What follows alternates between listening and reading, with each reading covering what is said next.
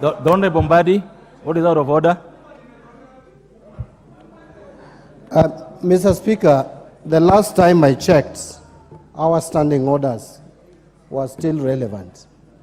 And I don't know why this House is encouraging and allowing Majority Leader to disparage other colleagues. You can have political differences, but you cannot purport to use the third reading of a bill to talk about your colleague and to disparage her. It is in bad taste. It is wrong. You cannot use your privilege as Majority Leader, Mr. Speaker. Mr. Speaker, I'm on a point of order. Now, you are Majority Leader and you don't even know the rules. Go ahead, Honorable Mbadi. Go ahead. Go ahead with your point of order. Mr. Speaker, if you listen to Majority Leader speak, she is continuously referring to the constituency of another MP. Close to discussing that member of parliament in the House. You came to parliament the other day, my friend. You can't teach me points of order.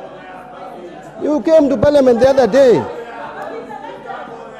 Whether elected, you came the other day. I've been elected 3 times.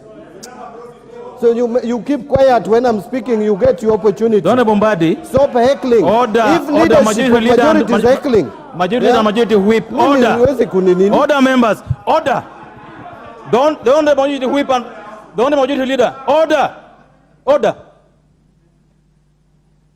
Honorable Mbadi will go on and finish your point of order so that you proceed. Mr. Speaker, we can't have. Could you proceed and finish your point of order? Mr. Speaker, and remember, Honorable Mbadi, the leader of majority, remember to address the speaker. Mr. Speaker, I'm exactly addressing the speaker. Mr. Speaker, the leader of majority has no authority to misuse his position. That position you have does not belong. Whether you heckle me, I'll talk. How many people have heckled me in this parliament? Do I care? You can heckle me for whatever you want. You will not stop me from talking. The Honorable Mbadi, you have 30 seconds to get your point of order. Mr. Speaker, the majority leader is out of order, discussing Gathoni Wamachomba in this House and her constituency. She represents that constituency by right. She was voted. Order, members. It's a very small matter, and this matter shall be sorted this way. I've just confirmed from the clerks at the table. The Honorable Wamachomba's amendments, some of them were moved as required by law, and I would request the Honorable Majority Leader to address that matter as raised by her without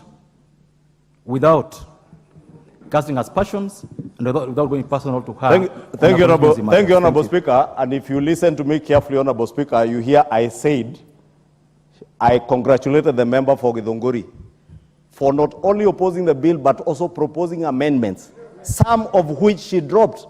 It is also on record, Honorable Speaker, that many of her amendments were dropped because I have been seated here throughout. Honorable Speaker, the other thing I take offense with, because the Honorable John Mbadi rose on a point of order, and he's a ranking member and he knows I respect him as a former leader of minority.